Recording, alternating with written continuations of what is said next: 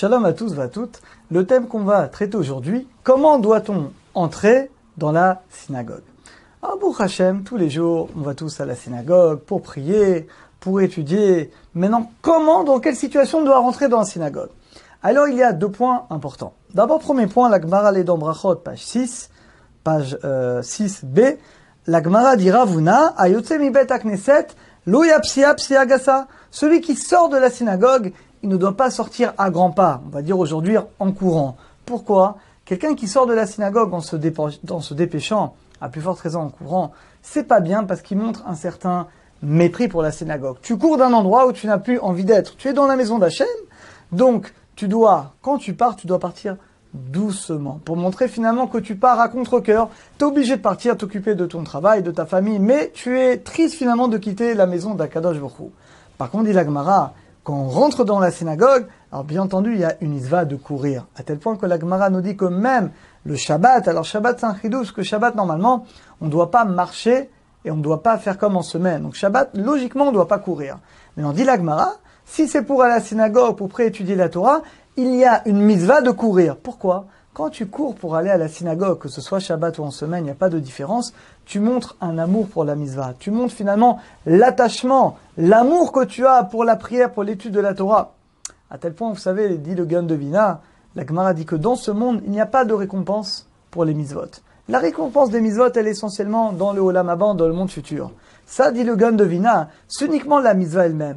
Mais la préparation de la mitzvah, comment je me prépare, est-ce que je vais la faire avec joie, comment je vais la faire, ça, dit le Gaon, la récompense, elle est dans ce monde. C'est-à-dire que finalement, c'est l'essentiel. L'essentiel, c'est comment tu te prépares. Ce qui est important, on le prépare bien. Ce qui n'est pas important, tu ne le prépares pas. Quand vous êtes marié, vous avez préparé le mariage longtemps en avant, vous avez choisi chaque détail, comment vous allez faire, pourquoi? Parce que c'est un jour important. Eh ben c'est pareil, tu vas te marier avec Hachem, tu vas te marier avec la Torah, et donc tu arrives en avance, évidemment, je sais que vous arrivez toujours les premiers, dans les 10 premiers pour la prière, le cours de Torah également. Finalement, ça montre l'amour qu'il y a pour la mitzvah.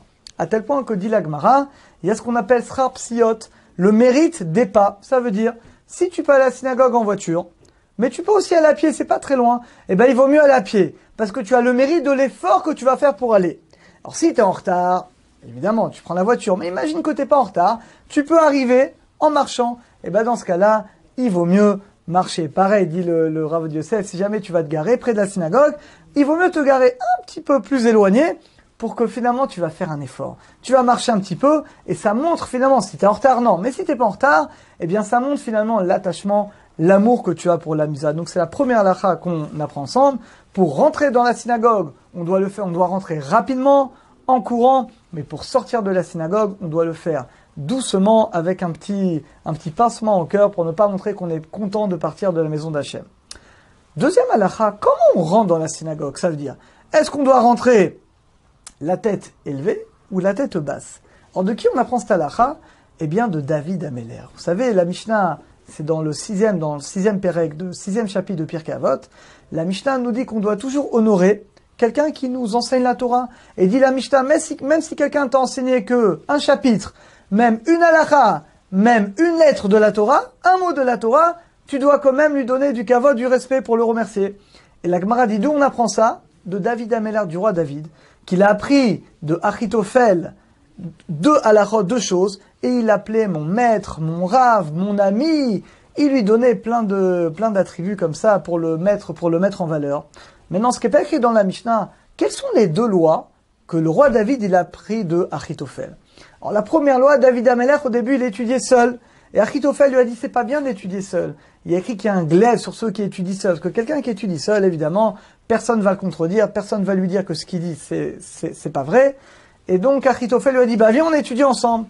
C'est la première chose que David Améler a appris d'Achitophel, qu'il faut toujours étudier en groupe, au moins à deux, au moins une chavuta. Mais il y a une deuxième halakha qu'il a appris. David Améler, comment il rentrait au début dans le Beth Hamidrash, dans la synagogue? Il rentrait la tête haute, pas par orgueil. David était un des rois les plus humbles de tous les temps. Anochi Tolad Veloïch, David se compare à un ver de terre. C'est quelqu'un qui était totalement annulé devant Hachem. Mais le roi, il représente la royauté divine. Il représente Hachem. Donc David Améler, il rentrait la tête haute, pas par orgueil, mais pour affirmer son rôle de roi et que les gens le craignent. Parce que quand tu crains le roi, tu crains également le roi des rois. Le roi, David Amelech, il est l'ambassadeur d'Hachem sur terre.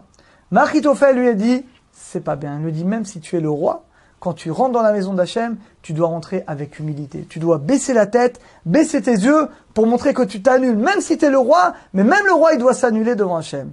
Eh bien, David Amelech, il a accepté. Il a accepté la remarque d'Achitophel.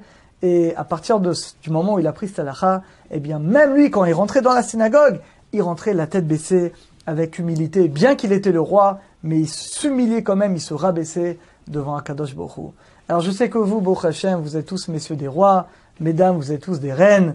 Néanmoins, bien que vous êtes des rois et des reines, eh bien, on doit quand même. Quand tu rentres dans la synagogue, et des fois, on entend des gens qui rentrent dans la synagogue, ils parlent très fort, ils rigolent, ils sont au téléphone. C'est pas bien. Tu rentres dans la synagogue, tu éteins ton téléphone évidemment, et tu rentres, tu attends 2-3 secondes, tu rentres avec la crainte. Tu rentres, tu es dans le palais du roi, tu es maintenant en présence du roi. Eh bien, c'est ça, Morabotai. C'est ça, les deux halakhot très importantes qu'on doit réaliser. Comment on rentre dans la synagogue? D'abord, on rentre en courant, on rentre en se dépêchant pour montrer l'amour. On veut vite rentrer dans la synagogue, on veut vite faire la misa, on veut être dans les 10 premiers, on veut réaliser la misa rapidement, et quand on sort, le contraire. Et deuxième halakha, quand tu rentres dans la synagogue, pas en faisant du bruit, pas en parlant avec la voix haute. Tu rentres, tu parles doucement, tu baisses les yeux, tu rentres la tête baissée, tu as conscience que tu es devant le maître du monde. Eh bien, c'est ça le kavod du Beth Knesset, ça le kavod de la synagogue. Alors qu'Hachem nous aide à avoir beaucoup de kavod, beaucoup de respect pour la synagogue, pour les maisons d'études, et grâce à ça, eh bien, la Torah qu'on va étudier, la prière qu'on va faire, eh bien, ce sera pas la même.